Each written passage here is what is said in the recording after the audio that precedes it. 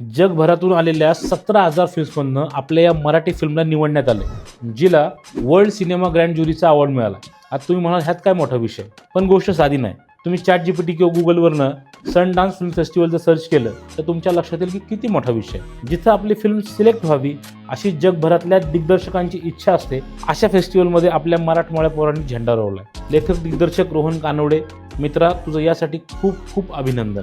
सिनेमाबद्दल सांगायचं झालं तर आनंद नावाचा एक मुलगा जो वडिलांच्या निधनानंतर गावी येतो आणि तिथं त्याला त्याचा जुना मित्र बाळ्या भेटतो. वडिलांचं दुःख आणि आनंदचं स्वतःबद्दलचं असंही सत्य जो जगासमोर आणू शकत नाही. बाळ्या आणि आनंद या दोघांमध्ये घडणारं हे कथानक, त्यांची भावना, त्यांच्यातलं प्रेम, त्यांच्यातली घुसमट, अगदी अलगद आणि साधेपणातली मांडणी. पण तो सिनेमा बघत असताना तुमच्या काळजात अगदी धस होऊन जातं. अशा कलाकृती मराठीमध्ये फार कमी बनतात. ज्या सिनेमाने जग गाजवलंय तो सिनेमा मराठी प्रेक्षकांनी नक्कीच पाहायला हवा असं मला वाटतं. साबरपोण नावाचा हा सिनेमा सध्या थिएटरमध्ये सुरू आहे. तो सगळ्यांनी जाऊन नक्की बघा आणि सिनेमा कसा वाटला मला सांगा.